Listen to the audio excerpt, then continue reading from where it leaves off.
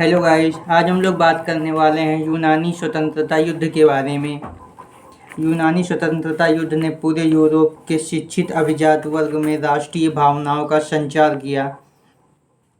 15वीं सदी में यूनान ऑटोमन साम्राज्य का हिस्सा था। यूरोप में क्रांतिकारी राष्ट्रवाद की प्रगति से यूनानियों का आज़ादी के लिए संघर्ष 1821 ईस्वी में आरंभ हो गया। यूनान में राष्ट्रवादियों को निर्वासन में रह रहे यूनानियों के साथ पश्चिमी यूरोप में अनेक लोगों का भी समर्थन मिला, जो प्राचीन यूनानी संस्कृति के प्रति सहानुभूति रखते थे। कवियों और कलाकारों ने यूनान को यूरोपीय सभ्यता का पालना बताकर प्रशंसा की और एक मुस्लिम साम्राज्य के विरुद्ध यूनान के संघर्ष के लिए जनमत जुटाया।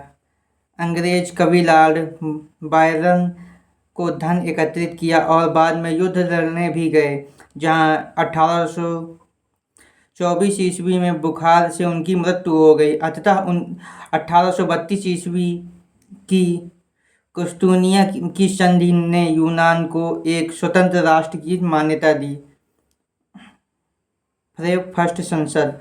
जर्मन इलाके में बड़ी संख्या में राजनीतिक संगठनों ने फ्रैंकफर्ट शहर को मिलकर एक सर्व जर्मन नेशनल असेंबली के पक्ष में मतदान का फैसला किया। 18 मई 1848 को 831 निर्वाचित प्रतिनिधियों में एक सजे धजे जुलूस को जाकर फ्रैंकफर्ट संसद में अपना स्थान ग्रहण किया। यह संसद सेंट पॉल चर्च में आयोजित हुए। उन्होंने एक जर्मन राष्ट्र के लिए एक संविधान का प्रारूप तैयार किया। इस राष्ट्र की अध्यक्षता एक ऐसे राजा को सौंपी गई जिसमें संसद के अधीन रहना था। जब प्रतिनिधियों ने प्रशाह के राजा को फ्रेडरिच विल्हेम चतुर्थ को ताज पहनाने की पेशकश की तो उसने उसे अस्वीकार कर उन राजाओं के साथ दिया जो निर्वाचित सभा के विरोध थे।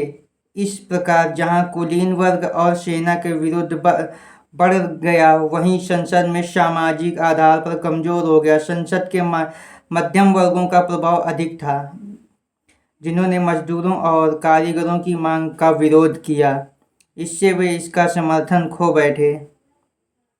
अतः हमें प्रशा के राजा के इनकार के साथ फ्रैंकफर्ट संसद के सभी निर्णय स्वतः समाप्त हो गए। इससे उदारवादियों और राष्ट्रवादियों में निराशा हुई। प्रशा के सैनिकों में क्रांतिकारी को कुचल दिया गया, जिससे वह संसद भंग हो गया।